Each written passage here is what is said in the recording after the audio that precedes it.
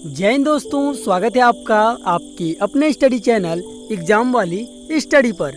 GK special की class को आगे बढ़ाते हुए बात करेंगे आज के टॉप 20 क्वेश्चन के बारे में, जिसमें दोस्तों history, geography, polity, economic, general science और करंट अफेयर के क्वेश्चन आपको देखने को मिलेंगे।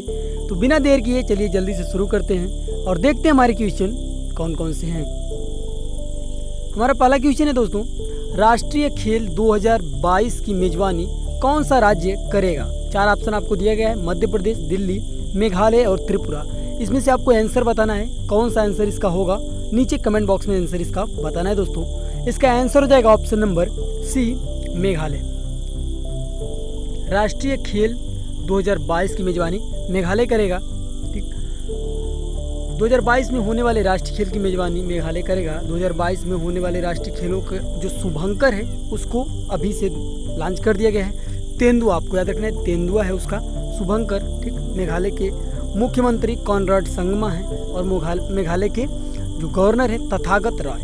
मेघालय की स्थापना हुई थी 21 जनवरी 1972 को। स्थापना पूछता है अक्सर, आपको याद रखना है, मेघालय की स्थापना हुई थी 21 जनवरी 1972। मैप में देख लेते हैं, ये आपको जो दिखाई दे रहा है ये है मेघालय। ठीक, दो इम्पोर्टेंट नेशनल पार्क है मेघालय में, कौन कौन से हैं? एक है बालफक्रम, ठीक, बालफक्रम राष्ट्रीय उद्यान। दूसरा है मोक्रेक रिज, ठीक, मोक्रेक रिज और बालफक्रम, दोनों बहुत ही महत्वपूर्ण है, आपको याद रखना है। मेघालय में 3 पहाड़ियाँ हैं, गारो, खासी और जयंतिया। ठीक, तीनों बहुत इंपॉर्टेंट, तीनों का नाम पूछता है कि ये किस राज्य में स्थित है। गारो, खासी, जयंतिया तीनों मेघालय में है, आपको याद रखना है। अगला क्वेश्चन है, अंतर्राष्ट्रीय गुमशुदा बाल दिवस कब मनाया जाता है? 4 ऑप्शन दिया गया, इसका आंसर आपको नीचे कमेंट बॉक्स में बताना है दोस्तों। इसका आंसर हो जाएगा ऑप्शन नंबर बी, 25 मई। अंतर्राष्ट्रीय गुमशुदा बाल दिवस 25 मई को मनाया जाता है। अंतर्राष्ट्रीय गुमशुदा बाल दिवस के रूप में मनाया जाता है। यह दिन गुमशुदा बच्चों के लिए मनाया जाता है जो किसी तरह अपने घर पहुंच चुके हैं, और उन लोगों को याद रखने के लिए जो अपराध के शिकार हैं, और उन लोगों की तलाश करने के प्रयास में जो अभी भी लापता हैं। 25 मई को अब व्यापक रूप से मिसिंग चिल्ड्रन डे, ठीक, मनाया जाता है दोस्तों। अब बात आती है मई में कितने महत्वपूर्ण दिवस हैं जो मनाए जाते हैं, देख लेते हैं। 1 मई को मनाया जाता है, महत्वपूर्ण दिवस है मजदूर दिवस। ठीक, 1 मई को मजदूर दिवस मनाया जाता है। 3 मई को अंतर्राष्ट्रीय ऊर्जा दिवस। फिर 3 मई को विश्व प्रिय स्वतंत्रता दिवस। 3 मई को 2 दिवस है, अंतर्राष्ट्रीय ऊर्जा दिवस, विश्व प्रिय स्वतंत्रता दिवस। 4 मई को कोयला खनन दिवस। 8 मई को विश्व रेड क्रॉस दिवस। फिर 8 मई को विश्व प्रवासी पक्षी दिवस। 11 मई को राष्ट्रीय प्रौद्योगिकी दिवस। 12 मई को विश्व नर्स दिवस। 13 मई राष्ट्रीय एकता दिवस। 15 मई विश्व परिवार दिवस। 17 मई अंतर्राष्ट्रीय दूरसंचार दिवस। 18 मई विश्व संग्रहालय दिवस। फिर 21 मई आतंकवाद विरोध दिवस। 22 मई जैविक विविधता दिवस। 24 मई राष्ट्रमंडल दिवस। 29 मई माउंट एवरेस्ट दिवस और 31 मई, ये महत्वपूर्ण है, विश्व तंबाकू निषेध दिवस। इतने महत्वपूर्ण दिवस है मई में, आपको याद रखना है। अगला क्वेश्चन है, निम्नलिखित में से किस राज्य के पहले मुख्यमंत्री अजीत जोगी जी का हाल ही में निधन हुआ है? किस राज्य के पहले मुख्यमंत्री थे, ये आपको बताना है। इसका आंसर हो जाएगा ऑप्शन नंबर बी, छत्तीसगढ़। ठीक, छत्तीसगढ़ इसका आंसर हो जाएगा। छत्तीसगढ़ के पहले मुख्यमंत्री थे अजीत जोगी जी। ठीक, उनका 74 वर्ष की आयु में निधन हो गया। ठीक, लंबे समय से वो बीमार चल रहे थे। अब छत्तीसगढ़ के हैं, तो मैप में देखते हैं दोस्तों, ये आपको जो दिखाई दे रहा है ये छत्तीसगढ़ है। ठीक, छत्तीसगढ़ की राजधानी रायपुर। छत्तीसगढ़ की चीफ मिनिस्टर है भूपेश बघेल और छत्तीसगढ़ की गवर्नर है अनसुईया उइके। अब बात आती है छत्तीसगढ़ के कुछ इंपॉर्टेंट नेशनल पार्क हैं, कौन कौन से हैं? पहला है इंद्रावती नेशनल पार्क, दूसरा है कांगर घाटी और तीसरा है गुरु घासीदास। इसको संजय राष्ट्रीय उद्यान के नाम से भी जाना जाता है, गुरु घासीदास। इतने तीनों महत्वपूर्ण है, आपको याद रखना है दोस्तों। अगला क्वेश्चन है, इडुक्की, ठीक, इडुक्की जल विद्युत परियोजना किस राज्य में स्थित है? इसका आंसर हो जाएगा option number A, Kerala. Idukki जल विद्युत परियोजना केरल में स्थित है। ठीक, 14 जिलों में से इडुक्की केरल राज्य के 14 जिलों में से एक है। 26 जनवरी 1972 को बनाया गया था, उस समय जिला मुख्यालय कोट्टायम में था। जून 1976 में इसे दरदायु ले गया। इडुक्की जो कि केरल के पश्चिमी घाट में स्थित है, इडुक्की क्षेत्र में दूसरा सबसे बड़ा जिला है, लेकिन जनसंख्या घनत्व सबसे कम है। अब बात कर लेते हैं दोस्तों, केरल में है। ठीक, अब मैप में देख लीजिए, ये है इडुक्की जल विद्युत परियोजना, ठीक, केरल में है। फिर आती है पेरियार, ठीक, पेरियार परियोजना, ये भी दोनों केरल में है, ठीक। ये किस नदी पर है तो आपको याद रखना है, पेरियार नदी पर। इडुक्की भी पेरियार नदी पर है और पेरियार परियोजना ये दोनों पेरियार नदी पर है, ठीक। ये दोनों केरल में। अब देखिए मैप में, ये केरल आपको दिखाई दे रहा है। केरल की राजधानी तिरुवनंतपुरम। केरल के जो मुख्यमंत्री हैं पिनरई विजयन और केरल की जो गवर्नर हैं आरिफ मोहम्मद खान। ये आपको बेसिक चीज़ें हो गया, ये तो आपको याद रखना है। अब बात आती है केरल की नेशनल पार्क कितने हैं। पहला है एराविकुलम, ठीक, केरल का है, महत्वपूर्ण आपको याद रखना है। दूसरा है पेरियार और साइलेंट वैली, तीनों, ठीक, शांत घाटी, पेरियार, एराविकुलम, तीनों आपको याद रखना है, बहुत ही महत्वपूर्ण है। अगला है भारतीय मानक समय का याम्योत्तर नहीं गुजरती है। मतलब ये बताना है दोस्तों कि जो भारतीय मानक समय रेखा है वो किस राज्य से होकर नहीं गुजरती है। 4 ऑप्शन दिया गया है, आंध्र प्रदेश, छत्तीसगढ़, महाराष्ट्र और उत्तर प्रदेश। तो इसका आंसर हो जाएगा ऑप्शन नंबर सी, महाराष्ट्र। जो अंतर्राष्ट्रीय नहीं, भारतीय मानक समय रेखा है, अंतर्राष्ट्रीय नहीं, भारतीय मानक समय रेखा है, वो महाराष्ट्र से होकर नहीं गुजरती है।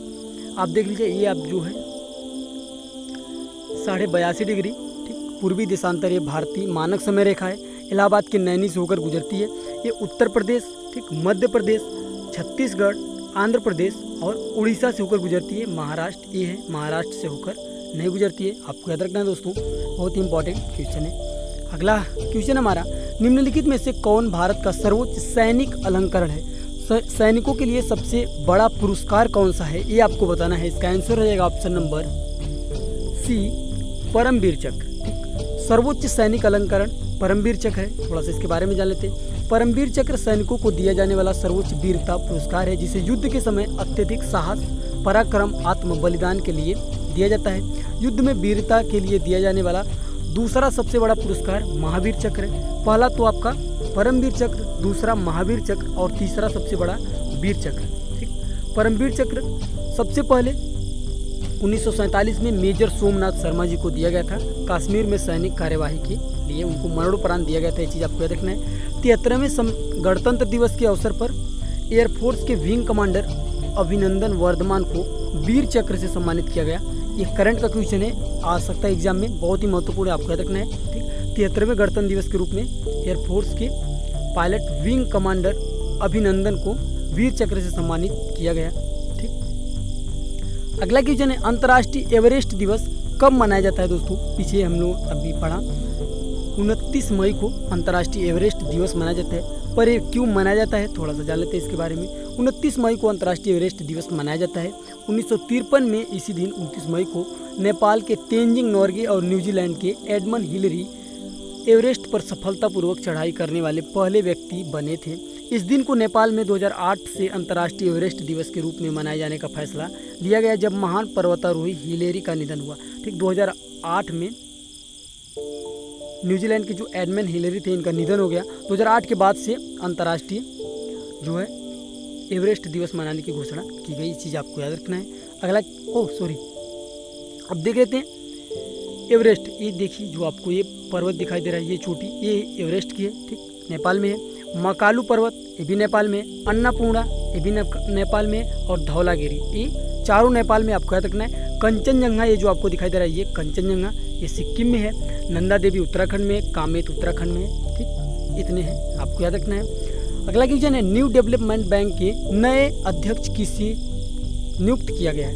न्यू डेवलपमेंट बैंक का नया अध्यक्ष किसे नियुक्त किया गया है। इसका आंसर हो जाएगा option number B, Marcos Trejo, ठीक। मार्कोस ट्राइजो को न्यू डेवलपमेंट बैंक का नया अध्यक्ष नियुक्त किया गया है। मार्कोस ट्राइजो को न्यू डेवलपमेंट बैंक का अगला अध्यक्ष चुना गया है। न्यू डेवलपमेंट बैंक की स्थापना 15 जुलाई 2014 में हुई थी। इसका मुख्यालय संघाई चीन में है। ये ब्रिक्स समूह द्वारा स्थापित बैंक है। ये चीज़ आपको याद रखना। स्थापना पूछ सकता है, 15 जुलाई 2014 में स्थापना हुई थी। अगला क्वेश्चन है, भारत रत्न से विभूषित प्रथम विदेशी व्यक्ति कौन है। इसका आंसर हो जाएगा option number B, Khan Abdul Ghaffar Khan. बहुत ही ईजी क्वेश्चन था। अब भारत रत्न से विभूषित प्रथम विदेशी खान अब्दुल गफ्फार खान, ठीक। थोड़ा सा भारत रत्न के बारे में जान लेते हैं दोस्तों। भारत रत्न भारत का सर्वोच्च पुरस्कार है। यह सम्मान राष्ट्रीय सेवा के लिए दिया जाता है। इन सेवाओं में कला, साहित्य, सार्वजनिक सेवा और खेल शामिल है। इसकी स्थापना 2 जनवरी 1954 में हुई थी। सर्वप्रथम यह पुरस्कार डॉक्टर सर्वपल्ली राधाकृष्णन को दिया गया था। मरणोपरांत भारत रत्न देने की व्यवस्था 1955 में की गई। ये चीज़ें आपको याद रखना है, जिसपे मैं ट्रिक करते जा रहा हूँ। 1955 में मरणोपरांत दिए जाने की घोषणा की गई। लाल बहादुर शास्त्री को मरणोपरांत पहली बार दिया गया था। ये चीज़ आपको याद रखना है। भारत रत्न से सम्मानित प्रथम विदेशी नागरिक खान अब्दुल गफ्फार खान को 1987 में भारत रत्न दिया गया, ठीक। जबकि सुभाष चंद्र बोस को दिया गया भारत रत्न उनके घर वालों ने वापस कर दिया था। ये चीज़ भी आपको याद रखना है। दोस्तों पूछता है कि खेलों में सबसे पहले भारत रत्न किसे दिया गया था, तो आपको याद रखना है सचिन तेंदुलकर को दिया गया था 2014 में, ठीक। खेलों में सबसे पहला भारत रत्न सचिन तेंदुलकर को 2014 में ही दिया गया है। उसके बाद किसी को नहीं दिया गया, न उससे पहले किसी को दिया गया। अगला क्वेश्चन है, राजा राम मोहन राय संस्थापक थे। किसके संस्थापक थे? प्रार्थना समाज के, ब्रह्म समाज के, रामकृष्ण मिशन के या आर्य समाज के? इसका आंसर हो जाएगा ऑप्शन नंबर बी, ब्रह्म समाज के। राजा राम मोहन राय ब्रह्म समाज के संस्थापक थे। पूछते अगर आर्य समाज के, स्वामी दयानंद सरस्वती आर्य समाज के संस्थापक थे। अगला क्वेश्चन है, निम्न में से किस अनुच्छेद के अंतर्गत भारत का सर्वोच्च न्यायालय नागरिकों के मौलिक अधिकारों की रक्षा करता है? इसका आंसर हो जाएगा ऑप्शन नंबर डी, अनुच्छेद 32, ठीक। अनुच्छेद 32 के तहत जो सर्वोच्च न्यायालय है नागरिकों के मौलिक अधिकारों की रक्षा करता है। थोड़ा सा इसके बारे में जान लेते हैं। अनुच्छेद 32 के अंतर्गत भारत का सर्वोच्च न्यायालय नागरिकों के मौलिक अधिकारों की रक्षा करता है। मूल संविधान में 7 मौलिक अधिकार थे, परंतु वर्तमान में 6 ही मौलिक अधिकार हैं। संविधान के भाग 3 में अनुच्छेद 12 से 35 तक मौलिक अधिकारों को रखा गया है, जिसे संयुक्त राज्य अमेरिका के संविधान से लिया गया था। कौन कौन से मौलिक अधिकार हैं दोस्तों, देख लेते हैं। हमारा पहला है समानता का अधिकार, अनुच्छेद 14 से 18, स्वतंत्रता का अधिकार 19 से 22, शोषण के विरुद्ध अधिकार 23 से 24 और धार्मिक स्वतंत्रता का अधिकार 25 से 28, सांस्कृतिक शैक्षणिक स्वतंत्रता का अधिकार, ठीक, 29 से 30, अनुच्छेद 29 से 30, संवैधानिक उपचारों का अधिकार आर्टिकल, ठीक, 32, अनुच्छेद 32 संवैधानिक उपचारों का अधिकार, ठीक। इसी को बाबा साहब भीमराव अंबेडकर ने संविधान की आत्मा कहा था। ये चीज़ आपको याद रखना है। जो हमारा मौलिक अधिकार है ये आपका अमेरिका के संविधान से लिया गया था। बात आती है मौलिक कर्तव्य की। मौलिक कर्तव्य किस देश के संविधान से लिया गया है, तो ये रूस के संविधान से लिया गया है। 42वें संविधान संशोधन 1976 के द्वारा ये लिया गया संविधान में, ठीक। 42वें संविधान संशोधन 1976, ये चीज़ आपको याद रखना है। अब बात थोड़ा सा संविधान की कर लेते हैं। संविधान सभा की पहली बैठक 9 दिसंबर 1946 को हुई थी, ठीक। इसमें डॉक्टर सच्चिदानंद सिन्हा जी को संविधान सभा का अस्थायी अध्यक्ष चुना गया था। फिर संविधान सभा की दूसरी बैठक 11 दिसंबर 1946 को हुई, जिसमें डॉक्टर राजेंद्र प्रसाद को संविधान सभा का अस्थायी अध्यक्ष चुना गया, ठीक। संविधान सभा के जो संवैधानिक सलाहकार थे, संविधान सभा के संवैधानिक सलाहकार BN राव थे। अक्सर एग्जाम में क्वेश्चन आ चुका है, तो दोस्तों आपको याद रखना BN राव, ठीक, संविधान सभा के संवैधानिक सलाहकार थे। संविधान बनने में 2 वर्ष 11 माह और 18 दिन का समय लगा था। 26 नवंबर 1949 को संविधान बनकर तैयार हो गया था।